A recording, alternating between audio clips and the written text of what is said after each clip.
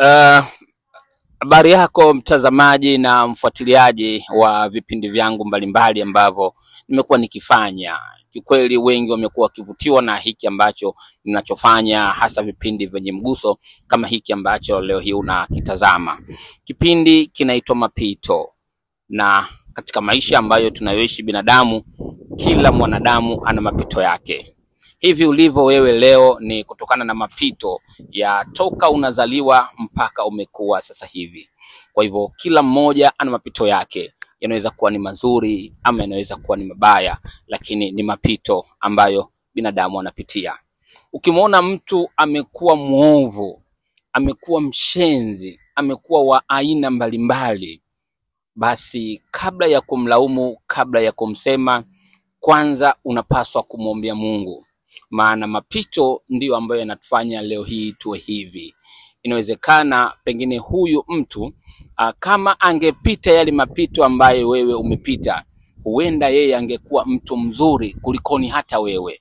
Na wewe pia huenda kama ungepita mapito ambayo yeye amepita, pengine labda wewe ungekuwa mbaya zaidi kulikoni hata yeye. Kwa hivyo kwenye maisha vile tulivyo, tunatokana na mapito ambayo tumeyapitia. Kwa hiyo niko na bidada ambaye nitakwenda kuzungumza naye. Amepitia mapito mengi sana ambayo yanahuzunisha, yanakarahisha, lakini ni mapito. Hayo yote yalikuwa hayana budi kutokea katika maisha yetu ili basi neno liweze kutimia.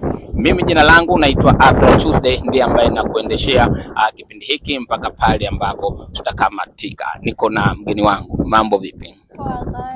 Safi, mzima kabisa. Sogeza maiki kidogo kwenye mdomo wako. Okay. Labda mtazamaji angependa kufahamu kwamba niko na nani, unaitwa nani na unatokea wapi? Kwa majina naitwa Shamila Ayubu Ali. Mimi ni mzaliwa wa mkoa wa Tabora. Wilaya ya Sikonge. Okay. Kiloleni. Haya, karibu sana kwenye kipindi cha Mapito. Asante, shukrani.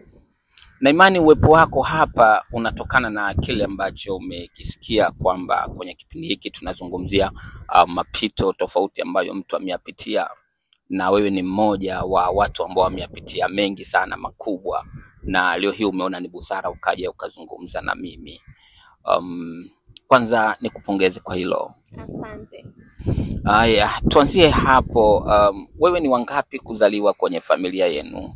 Mimi ni mtoto wa 3 kati ya watoto 5. Okay. Kutoka kwa Bi Aisha.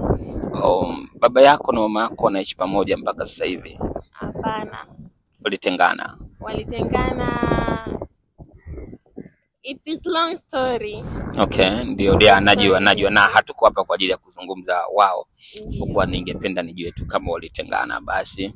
Ilipangwa kuwa hivyo. Pengine ni makusudi ambayo Allah Tabaraka wa Taala anayaweka kwa lengo basi pengine mambo mengine ili yaweze kutimia.